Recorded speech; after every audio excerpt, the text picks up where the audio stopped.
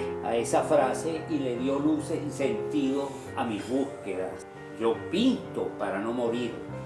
Con Francisco Triago, que es un artista plástico venezolano. Bueno, vamos a comenzar entonces con tus paisajes subterráneos. Sí, yo vengo trabajando el paisaje. Recordemos que yo soy de Caracas y me vine al Páramo Merideño hace muchos años ya, en el año 80. Y aunque yo no pintaba el paisaje, porque el paisaje lo consideraba secundario, en aquella época de Caracas dibujábamos mucho la figura humana y el paisaje venía a ser como un fondo, como un telón.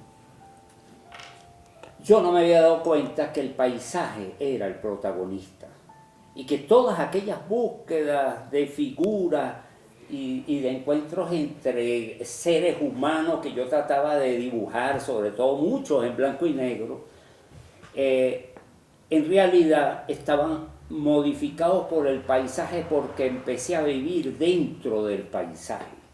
El paisaje y sus siluetas aún son reconocibles en mis otras obras, aunque no sean paisajes. Me doy cuenta que se han permeado. Hace poco hice una serie que no eran precisamente paisajes y me asomo a la casa e identifico el perfil de la montaña allí. A tal punto que llegué a considerar el paisaje con más respeto. Sin embargo, a veces peleo con el paisaje. Una obra que nos acompaña aquí se llama justamente Despaisaje, porque fue una serie en donde traté de salirme, porque me di cuenta que el paisaje ya me estaba envolviendo o me estaba atrapando y lo desmembré en sus componentes identificables. Esa serie que tú dices de Paisaje Subterráneo fue una serie que puse en Valencia, en el estado Carabobo, y fue una serie en donde yo me obligué, Micha, a bajar la cabeza, a ceder. Y entonces entendí que también había un paisaje subterráneo que es el paisaje que me habita a mí. También le puse algunas cosas identificables porque no me puedo salir de lo figurativo. Yo a veces camino a caballo entre lo abstracto y lo figurativo, pero le puse algunos elementos identificables para yo tener de dónde asirme. Porque a medida que construyo un universo plástico, necesito aferrarme a él para salvarme yo mismo.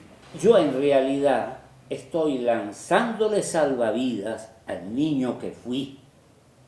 Y constantemente mi obra lo que hace es reproducir aquella estética primaria íntima de cuando no sabía ni siquiera qué era el arte. Yo entro al arte cuando tenía 7 años, en aquella época, Micha, y en Caracas, teníamos una profesora feroz y repugnante. Y ella nos mandó a hacer una tarea, un dibujo. Y mi hermano Miguel Ángel me hizo la tarea. Yo no pensaba que las tareas eran intransferibles. Mi hermano había hecho un barco. Empezó haciendo la quilla, hizo el mar, hizo el barquito, le puso 2 chimeneas, le puso el humo. Y yo veía fascinado cómo lo hacía. La presenté como mía y por supuesto la profesora dijo que no era mía, ¿no? Y yo le mentí y le dije que sí, la había hecho, porque el arte también es una ficción. Y me dijo, y Triago, hágalo de nuevo, y escondió el dibujo. Y lo he hecho idéntico, empecé por la quilla. Hice el mar, hice las líneas, hice las 2 chimeneas, hice el humo. Y la profesora, que era un monstruo, me pidió perdón. Desde entonces, a esa edad, yo soy el capitán de ese barco. Ese barco ha sido mi salvación y es recurrente, aparece en alguna de mis obras. Aparece otra vez la quilla, el triángulo, esa geometría inicial. Se consolidó una estética a partir de aquello que me salvó en su momento. Y yo he tratado de ser el capitán de ese barco. Desde entonces quise hacer aquello que me había salvado. Y después supe que había arte, que había artistas. Mira, aquí hay un cuadro tuyo. Ese es Despaisaje. Sí, Es de la serie de Despaisaje. Mira, Micha, hay elementos, tú dices, eso pudiera ser abstracto, pero también dices, esto como que es un árbol, eso como que es un cielo. Y entonces todas esas líneas en ese caos quedan domeñadas, pero como que si en algún momento de esa dispersión y antes de que sucumbieran, yo lo logré retratar. ¿Qué es lo subterráneo? Porque lo subterráneo se supone que es una zona que no puede ser percibida, pero tus paisajes son subterráneos y son percibidas. Entonces la pregunta es, ¿cómo haces tú para percibir lo que no puede ser percibido? Y en este caso lo que está bajo la tierra. Lo imagino, me imagino el mundo de las raíces, la humedad de las tierras, los musgos y los tubérculos y los trozos de piedra. Y es como que si, a veces yo siento que cuando hago esos paisajes, me licúo y me vierto entre dos vidrios. Y lo que quedó soy yo, evidentemente. Esto soy yo. Esto soy yo. Yo no estoy pintando lo que existe tal cual. No busco, sino volver a tratar de salvarme desde niño. La faena infantil está en mi proceso de producción. Lo demás es un ornato, una necesidad de justificarme en el oficio.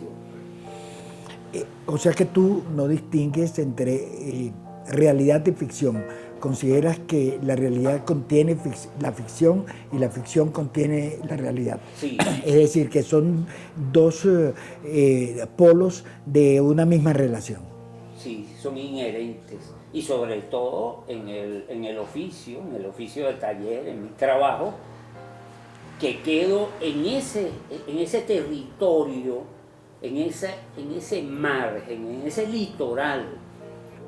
Te pregunto, ¿nuevas posibilidades para realizar tu oficio o este oficio ya está periclitado? Bueno, tú dices, ¿qué dificultades tengo yo? De todo orden.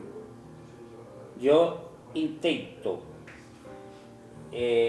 paliar mis frustraciones, mis estados de ánimo, mis agujeros, intento coserlos a través de una producción constante que busca salvarme, mas no es que la he salvado, sino que es un proceso que no vengo, o sea, aquí no hay una obra acabada, evidentemente.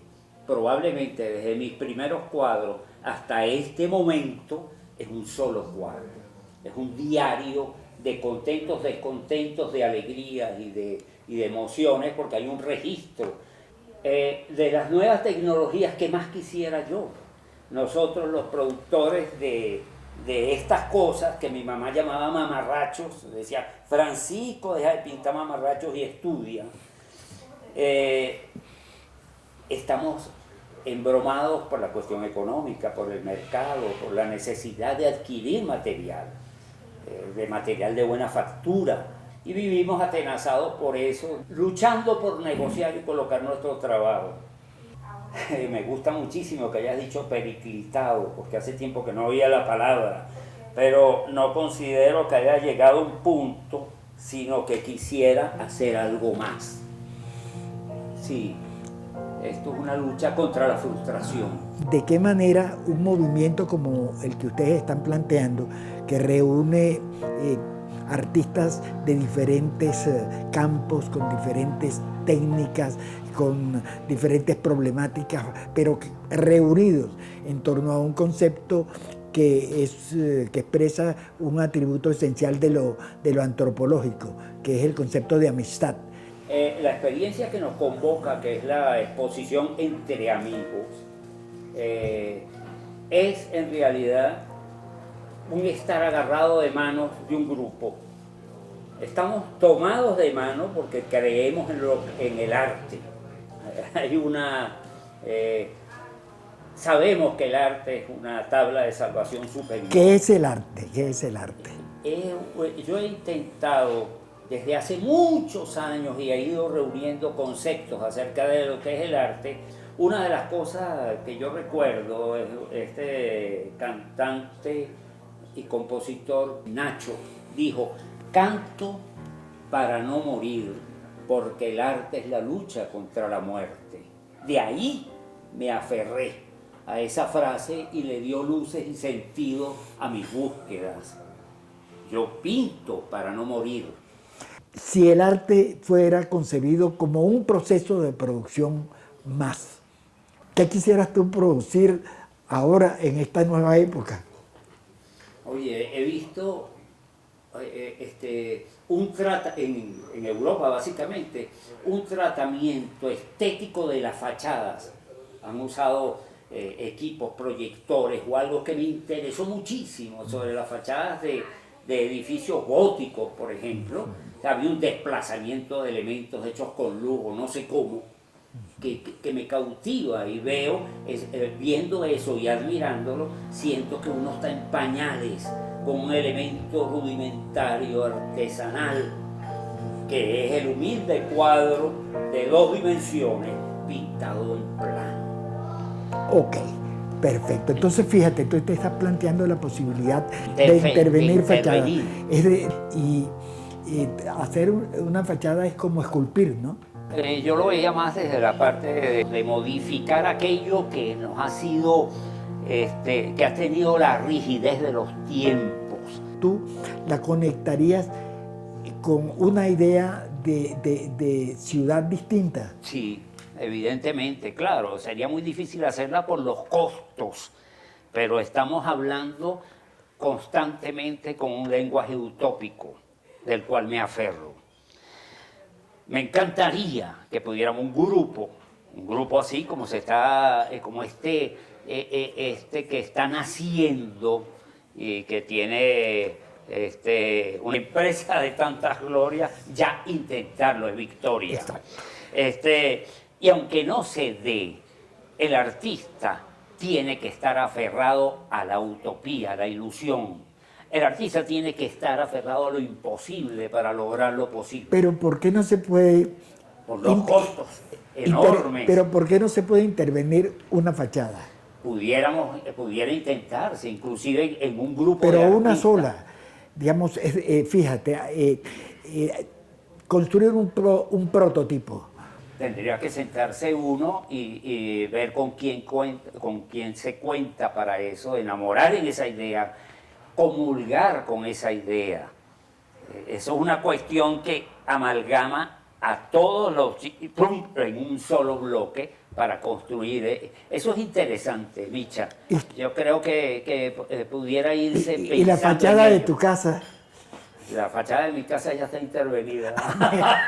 Bueno, pero me parece extraordinario. Claro. O sea que ya comenzaste, sí, ya comenzó el proceso. Claro. Ajá. ¿Y qué otra? Yo la veo en la ciudad. Eso me gusta mucho porque hay una intervención. Fíjate, yo creo que en este proceso de cambio de lo productivo, vamos a llamarlo así, todas las formas se mantienen. Es decir, tú te das cuenta que siguen produciéndose, no solamente produciéndose, sino que, digamos que los productores están regresando a lo paleológico, es decir, a buscar referencias y conocimientos sobre objetos generados hace miles de años, ¿cierto? Es decir, creo, no sé, te lo pregunto, que en esta época todas las formas de expresión productiva son válidas. Sí. De tal manera que yo creo que este tipo de expresión no va a desaparecer. No. Claro. No. Lo que pasa es que hay un avance tecnológico que nos está dando unas herramientas que pueden ser usadas en función de la imaginación. Lo que no ha muerto es la imaginación. Eso no ha muerto. ¿Has pensado en la utilización de la inteligencia artificial? Tengo miedo. la palabra artificial metida de golpe o la inteligencia supone algo extraño a mí mismo. Pero fíjate que lo artificial viene precisamente de arte. Sí. Es un artificio. Sí. Es una inteligencia creada por el hombre. Claro. Creada por el arte. Claro. ¿No? Sí. Tiene en relación con la inteligencia individual, tiene algunas ventajas, por ejemplo. Seguro. Sin duda alguna. Seguro, ¿no? seguro. O sea, por lo menos la información que logra reunir en una búsqueda temática cualquiera es una información a la cual el individuo en ese tiempo que lo hace la inteligencia artificial no puede, claro, no puede realizar. Son los avances trepidantes, los avances en donde uno pudiera sentirse relegado. La otra cosa que estábamos conversando antes es que hoy en día el mercado ha dejado de ser, sigue existiendo como mercado local y no va a desaparecer como mercado local, pero se ha abierto otra dimensión que es el mercado global y se han abierto las plataformas de mercantiles. Yo no conozco casi esas nuevas tecnologías y eso me da como un miedo porque me está dejando al margen y me está convirtiendo en un artesano de taller o de caballete. Pero al mismo tiempo, cuando tú hablas de lo anterior, de lo paleolítico, yo me doy cuenta que en algún momento eso también perduró en el tiempo, como pueden perdurar estas cosas que uno pinta. La base del movimiento es el diálogo y el diálogo tiene que reproducirse, reaprenderse, repensarse y generarse entre todos los fundadores y los que van a incorporarse. Bueno, vamos a terminar esta gratísima conversación con una pregunta. ¿Para dónde va Entre Amigos? Lo va a decir esta primera muestra. Esto va a ser Entre Amigos y Entren Amigos. Muy interesante. Bueno, sí. que entren todos. Sí, muchas gracias. Exacto. Un placer.